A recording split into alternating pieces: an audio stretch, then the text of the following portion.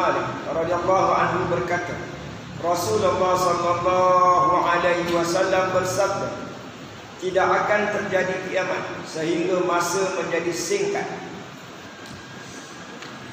Allah Subhanahu wa taala yang maha berkuasa. Semua orang tahu yang maha berkuasa di luar jangkauan akal kita. Tidak akan terjadi kiamat, artinya Allah Subhanahu wa taala tidak akan menjadikan hari itu kiamat sehingga memenuhi syarat-syaratnya. Antara lain ialah masa menjadi singkat, semakin cepat perjalanan masa tadi. Ramai orang sangat-sangat terasa. Kerana apa masa menjadi singkat? Artinya apa? Semakin apa? Kurang keberkatan. Mana buktinya kurang keberkatan? Sebab masa kiamat tu yang tinggalnya hanyalah orang-orang yang tidak beriman, orang yang kufur, orang yang kafir. Maknanya orang yang tidak mengikut perintah Allah Subhanahu wa taala tak ada berkat. Jadi kita menghampiri kepada masa-masa yang demikian, kecuali ada sebab-sebab yang tertentu. Contohnya bila datangnya pemimpin yang berwibawa, yang sangat bertakwa, lain pula jadinya. Jadi kita tidak tergantung, tidak bersandar kepada satu-satu hadis saja. Ada lagi ayat Quran yang lain, ada lagi hadis yang lain, baru kita boleh menafsirkan atau membuat pencerahan dengan tepat. Kalau tidak kita faham, tidak akan terjadi kiamat sehingga masa menjadi singkat. Kenapa pula sebelum zaman Imamul Mahdi sekarang ini dan akan datang berlakunya zaman Imamul Mahdi, seorang khalifah memerintah dunia, masa itu dianggap panjang. Masa itu dianggap sangat panjang. Tapi hadis ini mengatakan masa menjadi semakin singkat. Dia relatif. Sebab itu kena cerdik lah. Ya, masa ketika mana pemimpin yang benar-benar beriman, benar-benar bertakwa, kita hidup di zaman itu, masa itu penuh dengan berkat. Ada masa nak berzikir, nak selawat, nak mengaji, sangat-sangat berkat masa ketika itu. Ada pun di masa sekarang ini, semua orang boleh faham, boleh tanya pada diri sendiri. Tidak akan terjadi kiamat sehingga masa menjadi singkat, maka setahun dirasakan seperti sebulan. Setahun dirasa macam sebulan. Dah tak lama lagi nak puasa. Itu masa tu singkat lah. Tak ada buat apa pun. Ramai orang akan beranggapan begitu. Ramai orang akan terdetik di hatinya begitu. Sat-sat dah petang, sat-sat dah malam, siang, sat-sat dah. Masa berlalu begitu cepat. Setahun dirasakan seperti sebulan. Setahun itu bukan sebulan. Setahun 12 bulan. 1 bulan 30 hari. Tapi setahun dirasakan seperti sebulan. Rasa macam sebulan singkat. Dan sebulan dirasakan seperti seminggu. Dan seminggu dirasakan seperti sehari. Dan sehari dirasakan seperti 1 jam sahaja. Dan 1 jam dirasakan seperti 1 ketikan hati. Adakah sama rasa-rasa ni bagi semua orang? Adakah sama saja? Tak sama. Tidak sama. Di atas kategori manusia yang berbeza-beza, terutamanya takwanya, terutama keimanannya kepada Allah Subhanahu wa taala, perasaan mereka juga boleh jadi berbeza-beza dengan hikmah-hikmah, dengan maksud-maksud yang tertentu. Tidak sama perasaan tadi. Hadis riwayat Tirmizi. Keterangan, masa akan berlaku begitu cepat. Belum sempat berbuat sesuatu, tiba-tiba masa sudah berlalu. Sehingga banyak perkara-perkara yang belum dapat diselesaikan. Kita seakan-akan sibuk, tetapi kita tidak faham apa yang disibukkan. Bagi yang perasan, dia faham ayat ini. Bagi yang belum tempuh atau dia buat acur tak acur, dia tak faham ayat ini. Bagi orang yang ada pengalaman, dia terasa betul benar perkara ini berlaku pada aku. Jadi tuan-tuan yang dirahmati Allah sekalian, ini adalah di antara tanda-tanda kiamat. Tanda-tanda kiamat, masa berjalan cepat. Walaupun masa berjalan cepat kepada orang yang bercita-cita Islam, dia terasa lambat dari satu sudut yang lain. Bila pemimpin yang adil ni nak datang? Bila nak dapat rasa negara Islam? Bila nak dapat, kita nak dapat baldatun thayyibatun wa rabbun ghafur? Bila Imam Mahdi nak zahir? Dunia ni dah terus semakin teruk, Imam Mahdi belum keluar lagi, Imam Mahdi belum muncul lagi. Macam tu pula. Tetapi dalam masa yang sama juga, bila kita nak berbuat baik, bila kita nak berbuat kebajikan, nak beribadah, nak mengaji, nak selawat, nak berzikir dan seumpamanya, yang termasuk dalam kategori nak buat baik, terasa sekejap sangat, terasa tak dan, hanya boleh pasang niat saja, buat belum lagi. Kita diburu masa dan ia berlalu dengan tiada ada perkara yang dapat kita selesaikan. Inilah yang dimaksudkan dengan singkatnya masa. Kita merancang, kita merancang di akal fikiran kita, di hati kita, kita merancang, kita tulis nak buat. Ini saya nak ceritakan pengalaman, dan boleh jadi tuan-tuan ada pengalaman ini, atau tuan-tuan pernah tempuh perkara ini, atau ada ketika-ketikanya terjadi pada diri tuan-tuan. Apa dia? Kita nak buat satu perkara, susah nak jadi. Kita minta satu doa, kita minta, tak dapat. Kita minta terlagi-lagi, bersungguh-sungguh, tak dapat. Rupanya ia berlalu sampai bertahun, bukan bulan, tahun. Yang kedua, penyakit. Bukan penyakit kau kerja manis darah tinggi ni, penyakit mazmumah, dosa. Kita nak jadi baik, kita berazam nak ubah sikap kita, susah mana? Nak tinggalkan dosa tu susah. Nak tinggal tak boleh. Kadang tinggal sekejap, 2-3 minggu buat balik dosa yang sama, lepas sebulan buat dosa yang sama, lepas 3 bulan buat dosa yang sama. Susah benar. Masa berjalan, ibadat lain kita buat, semayang, puasa lain kita buat, tapi mazmumah ni susah nak tinggal. Dosa ni susah betul nak tinggal. Azablah macam mana, niatlah macam mana, bersumpahlah macam mana, Tuhan tak izinkan. Ada masa-masanya begitu. Bukan Tuhan mesti tak izinkan, bukan. Ada masanya Tuhan buat macam tu. Kita nak bertaubat, ada je gagal. Padahal bukan niat nak baik, tak elok. Niat yang baik, nak bertaubat, nak jadi orang baik, nak istiqamah, nak sembahyang awal waktu. Soalan saya, terjadi tak pada tuan? Ada Ustaz Abdullah tadi? Pernah terjadi begitu? Tak faham. Kita nak buat baik, tertangguh-tangguh, walaupun kita azam tak dapat. Jangan ada seorang pun dalam masjid yang berani berkata tak Ustaz. Bila kita berazam, bila kita nekat, mesti jadi. Itu dah kacau dia punya tauhid, dah rosak dia punya tauhid dia lah. Tak semestinya jadi.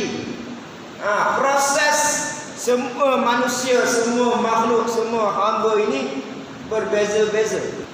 Ada orang yang dia nak taubat, dia sekejap dia jadi taubat. Jadi kalau keadaan macam tu, saya ulang sekali lagi, saya ringkaskan. Poin yang pertama, kita ada penyakit susah nak meninggalkan dosa-dosa tertentu. Apa dosa-dosa tertentu Ustaz? Semua orang boleh tahu, yang tua atau muda.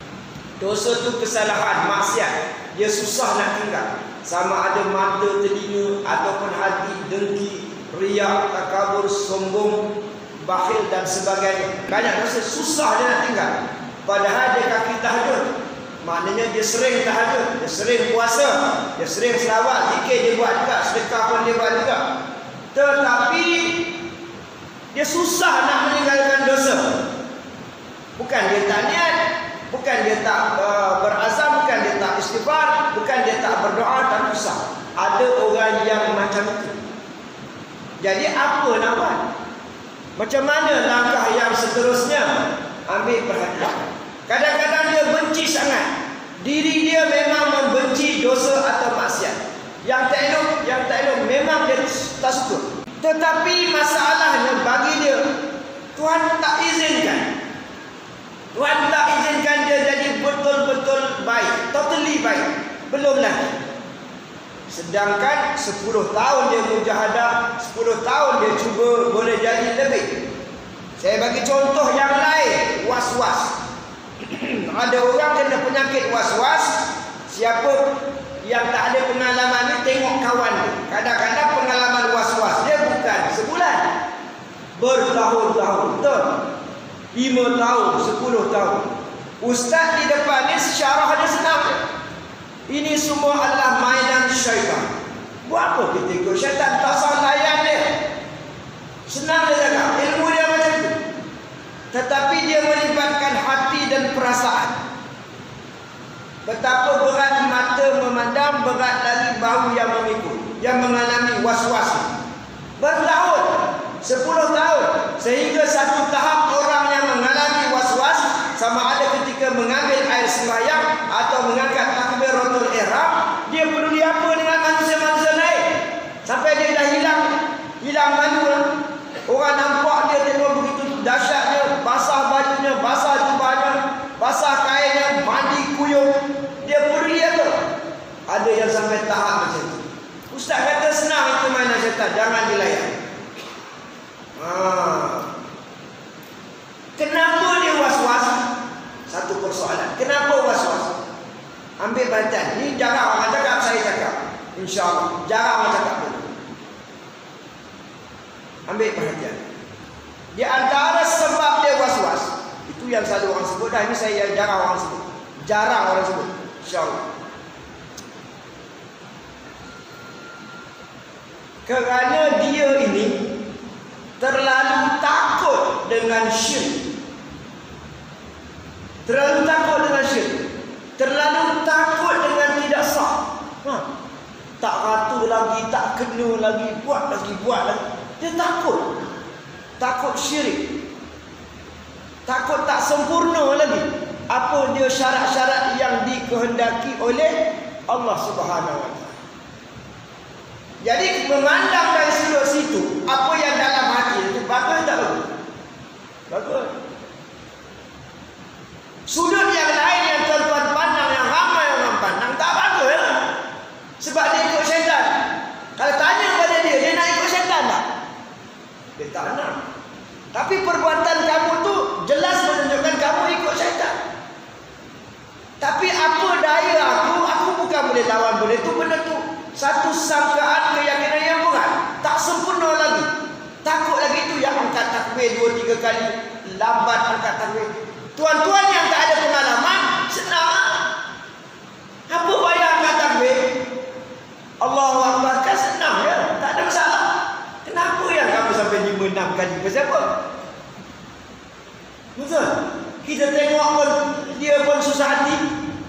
Dia tengok kita yang was-was, kita pun lagi susah hati, malu lagi. Tapi terpaksa dia haus. Kadang-kadang yang kena tu tuan-tuan, ustaz. Tuan guru. Tak percaya. Ya. Jadi saya ulangi balik. Sebab itu tuan-tuan jangan belajar ilmu yang biasa-biasa je. Yang biasa tu dah tentulah kita ada ilmu tu. Badal Islamu ghariban tu kena explore. Islam tu pelik. Dia was-was ikut syaitan. Tapi dalam sama dia sangat takut kalau ibadahnya tak terima. Kalau wuduknya tak sah, kalau takbirnya tidak sah, sembahyang tak sah. Jadi dia ketika itu dia ikut syaitan, dia nak ikut SOP ketuhanan. Dia nak ikut kehendak Allah SWT. Itu salah satu sebab. Salah satu mengapa ada kelebihannya was-was. Bukan kelebihan ikut syaitan. Jangan salah faham lah. Jadi bila perkara itu berlaku dalam kehidupan kita, apa kita kena buat? Ambil perhatian. Dengar balik-balik. Kita wajib bersangka baik dengan Allah. Bukan senang. Penyakit was-was kena 10 tahun. Kadang-kadang yang kena tu tuan guru yang hebat.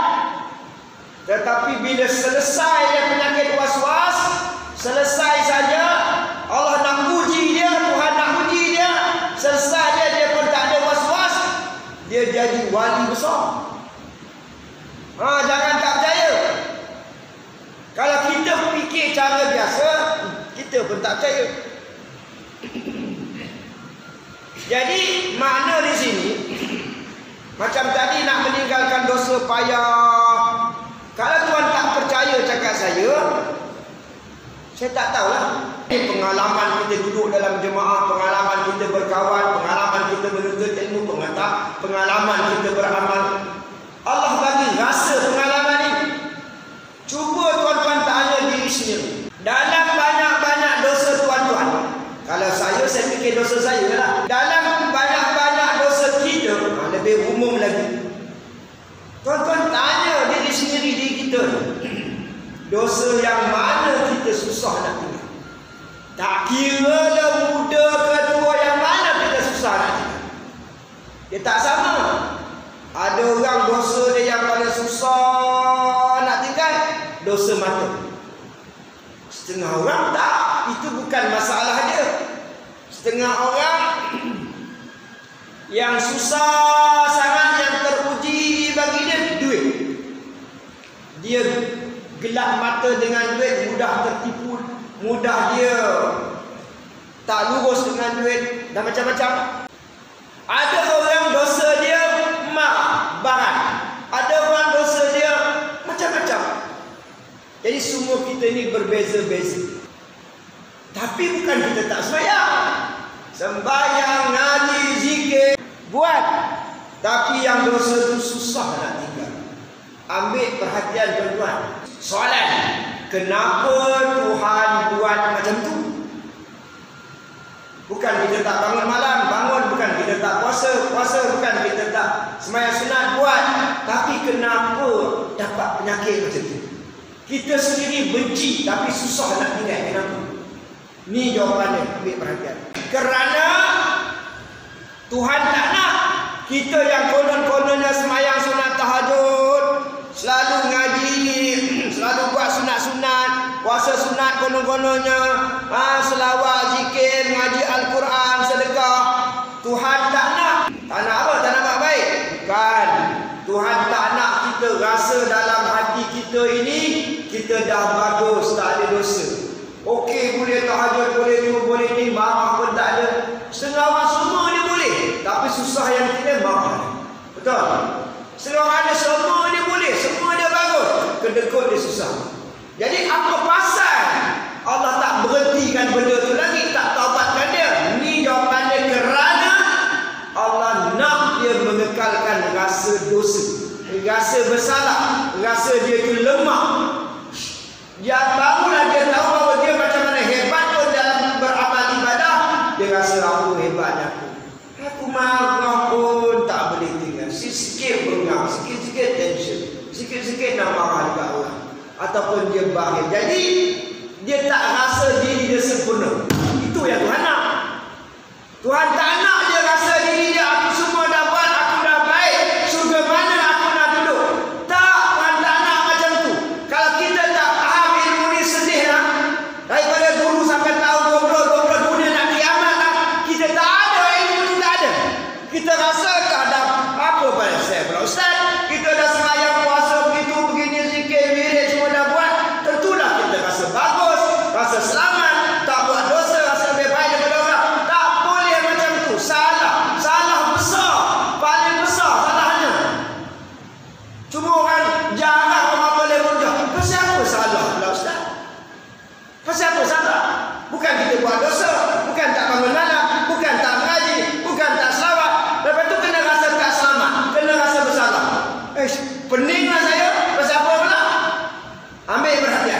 jawapannya. Kita yang boleh buat semua itu. Yang boleh kita buat semua itu bukan kita. Itu jawapan dah. Muktamad dah. Kita satu sepenuh bumi, penduduk bumi yang beragama Islam, yang beramal mukhlishina lahuddin, yang benar-benar ikhlas, yang mereka boleh berbuat itu bukan mereka, bukan diri mereka, bukan.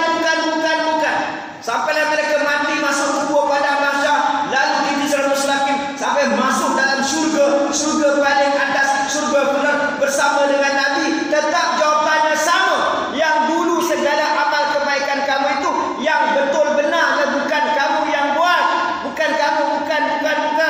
Sebenarnya Allah Subhanahu wa taala.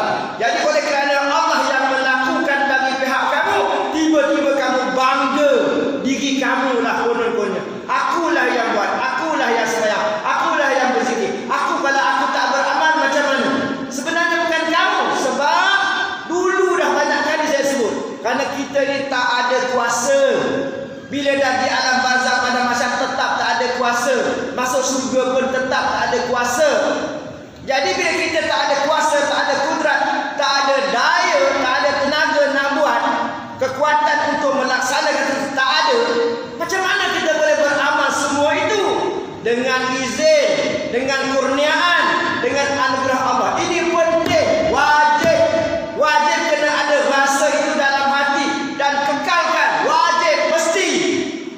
Tiba-tiba kita kata, aku dah buat, aku rasa tak bersalah. Jadi kita sedang apa? Sedang mengeluarkan rasa kehambaan. Sedangkan rasa hamba tadi saya bagi contoh. Allah Maha Berkuasa. Kalau bahasa kasarnya, kita ini maha lemah. Allah Maha Melihat, kita ini buta selama-lamanya. Itu maksud hakikatnya. Allah melihat, kita melihat juga dengan izin.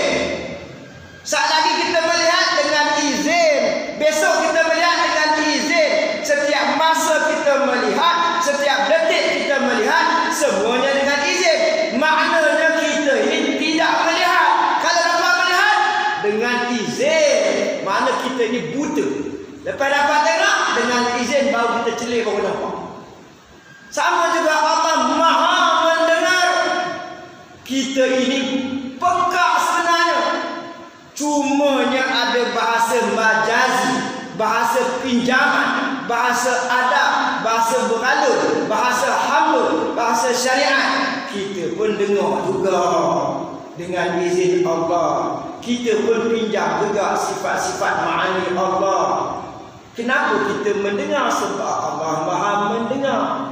Itu dari segi adab sopan tertibnya cakap macam tu.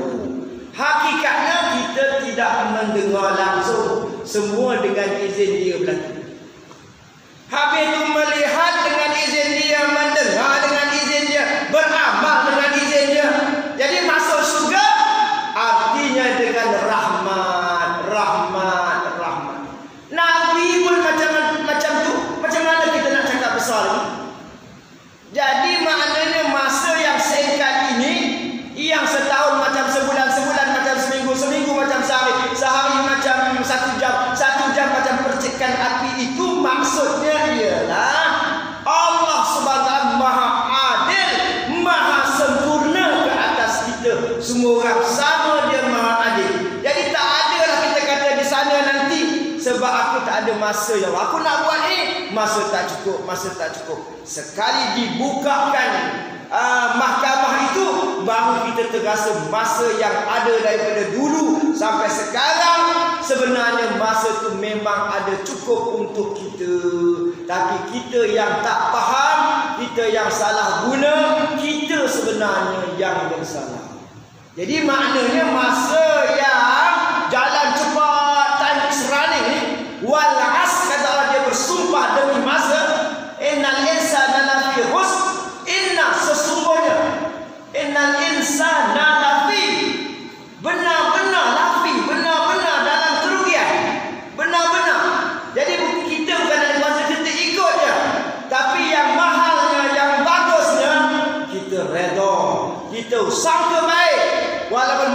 berjalan cepat, aku yakin Allah adil. Kalau aku redha dengan dia, aku sabar, aku syukur dengan apa saja takdir, insya-Allah aku yakin di hujungnya baik berlaku. Walaupun masa berjalan cepat ke mana. Inilah dia rahsia dia. Inilah dia rahsia yang sebenar. Jadi bila kita buat dosa, sampai baik ya Allah, satu masa nanti. Sekarang ni aku hampir-hampir putus asa. Aku benci dosa, benci maksiat itu, tapi nak berhenti setengah mati. Betul tak tuan? Dalam hidup kita, setengah mati nak tinggal dosa tu. Walaupun dah tua, dah tui, buat lagi benda tu.